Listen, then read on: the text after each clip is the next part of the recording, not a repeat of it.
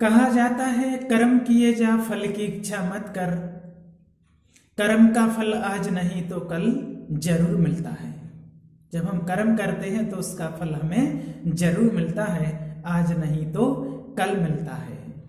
जैसा कर्म करते हैं वैसा ही हमें फल मिलता है। तो आइए सुनते हैं आज एक बहुत सुंदर स्टोरी।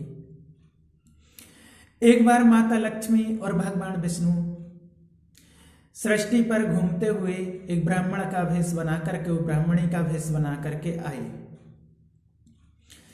माता लक्ष्मी और भगवान विष्णु एक पेड़ के नीचे, एक छांव के नीचे बैठ गए। गर्मियों के दिन थे, तो फिर भगवान वहीं ब्राह्मण के भेष में बैठे हुए थे।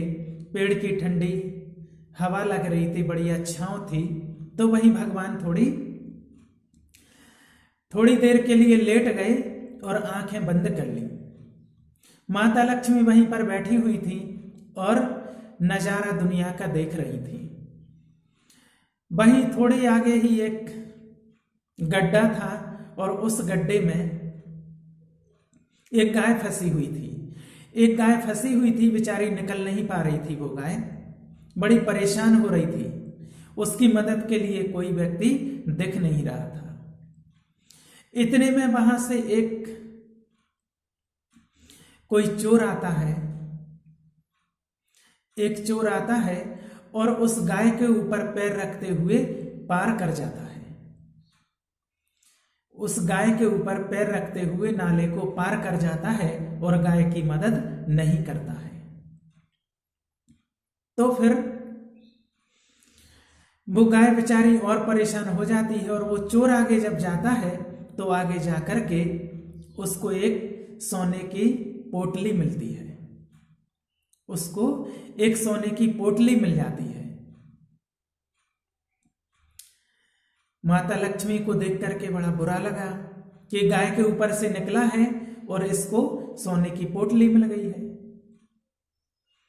थोड़ी देर के बाद एक दूसरा व्यक्ति आता है, गरीब व्यक्ति आता है, थोड़ा धार्मिक प्रवृत्ति का व्यक्ति है, और वो ही उस नाले से निकलता है क्योंकि रास्ता वो ही था सबको पार करने का।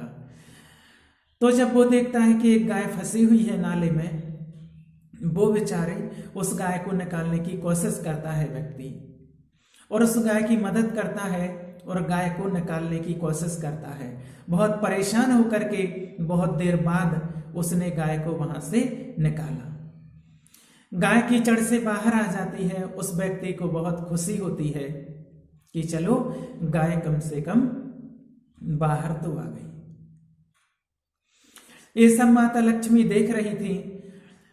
थोड़ी देर के बाद जब वो व्यक्ति जिसने गाय को निकाला है वो धार्मिक प्रवृत्ति का व्यक्ति था, और वो जब थोड़े आगे जाता है, जैसे ही थोड़े आगे पहुंचता है तो उसके पैर में एक बहुत बड़ा कांटा चुभ जाता है और उसका पैर खून से लथपथ हो जाता है। उसके पैर में खून के फुब्बारे बहने लगते हैं। अब माता लक्ष्मी देख करके बहुत परेशान हो गई, बहुत हैरान हो गई कि ये क्या। अब भगवान की तरफ बार बार देखती हैं, लेकिन भगवान की आंखें बंद थी, इसलिए भगवान से कुछ कह नहीं सकती हैं, भगवान से कुछ बोल नहीं सकती हैं। क्या करूं क्या नहीं करूं, आखिर ऐसा इतना अत्याचार क्यों हुआ है लोगों के साथ, ऐसा क्यों हो रहा है। माता लक्ष्मी बहुत परेशान कि जो अत्याचारी है, जो पाप करने वाला है, जो चोर है और जो गौ माता के ऊपर पैर रख के निकला है, जिसके कारण से उस गौ माता को और कष्ट हुआ है, गौ माता और दलदल में धंस गई है, और उसको आगे जाकर के सोने की पोटली मिल गई। और जो बेचारा धार्मिक है, जिसने माता गौ की मदद की है, तो उसको और पुण्य मिलना चाहिए था, बल्कि उसको पुण्य के बदले और उसको सजा मिली कि उसको इतना बड़ा कांटा चुभ गया और उसके पैर से खून के फुब्बारे बहने लगे। तो ऐसा सोच सोच करके देख करके माता लक्ष्मी बहुत परेशान होने लगी कि आखिर करूं क्या। भगवान की आंखें बंद थी, इसलिए भगवान से कुछ पूछ नहीं सकती थी। लेकिन कहते हैं कि प्रभु तो अंतर्यामी, लीला है उनकी, सब जानते ही हैं।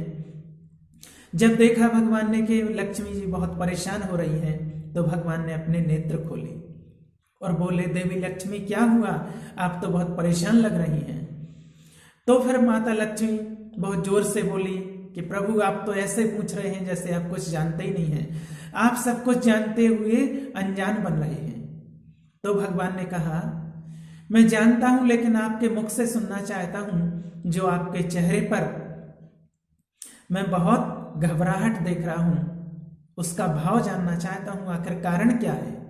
तो माता लक्ष्मी ने वो ही बताया, कहा एक चोर है जो गौ के ऊपर से पैर रख के जाता है, उसको एक सोने की पोटली मिलती है, और जो एक धार्मिक प्रवृत्ति का इंसान है जो उस गौ माता की मदद करता है, धर्म करता है, उसके लिए सजा क्यों, ऐसा क्यों होता है प्रभु, इतना अन्याय क्यों हुआ है, आपने ऐसा क्यों किया है। तो फिर भगवान विष्णु जी ने बहुत सुंदर जवाब दिया, जो हम सबके लिए है, जो हम सब भी परेशान हो जाते हैं। कई बार सोचते हैं कि हम तो बहुत धर्म करते हैं, भगवान को बहुत मानते हैं, उसके बावजूद भी हमें परेशानियां क्यों आती हैं, परेशानियों का सामना क्यों करना पड़ता है।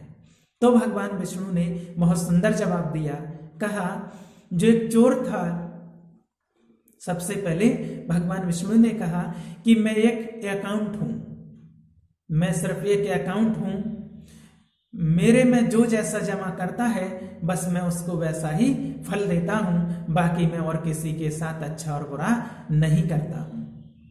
भगवान ने कहा कि जो वो चोर था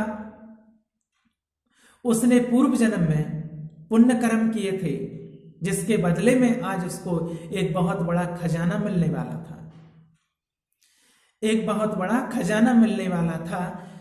जिसने इस जन्म में वो पाप किया है, गौ माता के ऊपर पैर रख के निकला है, और भी कई उसने ऐसे पाप किए हैं, इसलिए उसको थोड़े से छोटे से सोने की पोटली मिली है, उसमें वो संतुष्ट हो गया है।